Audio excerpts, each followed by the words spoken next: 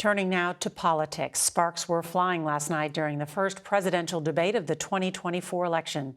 With GOP frontrunner Donald Trump not in attendance, 8 other Republican candidates went after each other as they tried to stand out from the crowded field of contenders. And CBS's Robert Costa was there. Republican presidential candidates pushed ahead today in the wake of a contentious debate where the frontrunner was a no-show. It didn't matter to me last night in the end that he wasn't there. Political newcomer Vivek Ramaswamy won attention. Do you want a super PAC puppet, or do you want a patriot who speaks the truth? And he also drew attacks. Now is not the time for on-the-job training. We don't need to bring in a rookie. I've had enough already tonight of a guy who sounds like ChatGPT. But the differences on the big issues were also front and center. On Ukraine, a stark divide over whether the U.S. should continue to support that embattled nation as it fends off a Russian invasion, and whether allies should do more. I will have Europe pull their weight.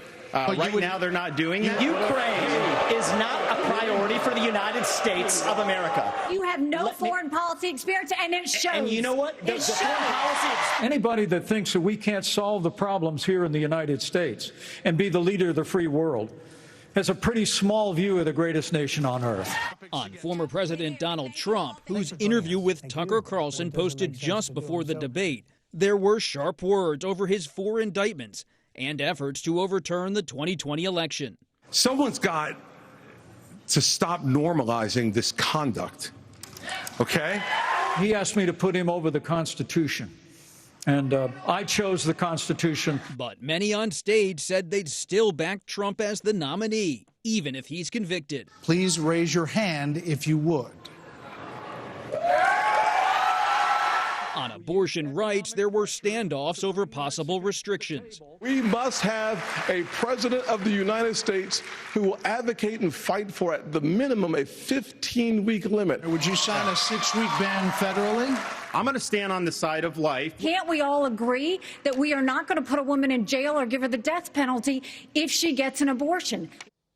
And inside the DeSantis campaign, there is confidence tonight that he largely avoided becoming a target on stage. Behind the scenes, his donors tell me they believe DeSantis solidified his standing after a tough summer. But strategists for other contenders tell me the road ahead for rivals is tricky, especially as Trump supporters echo his grievances about these latest indictments. Norah. It's interesting to watch. Robert Costa, thank you very much.